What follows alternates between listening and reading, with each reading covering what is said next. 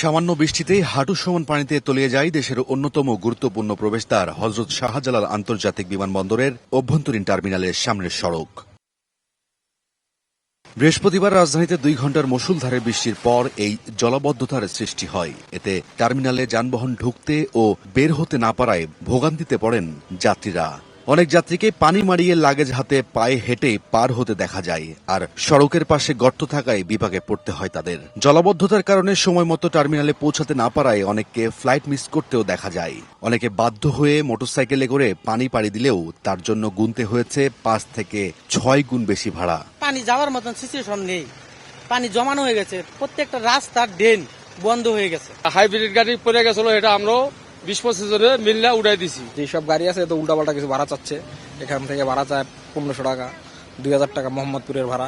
এদিকে কয়েকটি যানবাহনের ইঞ্জিনে পানি ঢুকে সড়কেই বন্ধ হতে দেখা যায়। এতে সমস্যায় পড়তে হয় চালকদের। বিমানবন্দর কর্তৃপক্ষের এমন অব্যবস্থাপনায় ক্ষোভ প্রকাশ করেন অনেকে।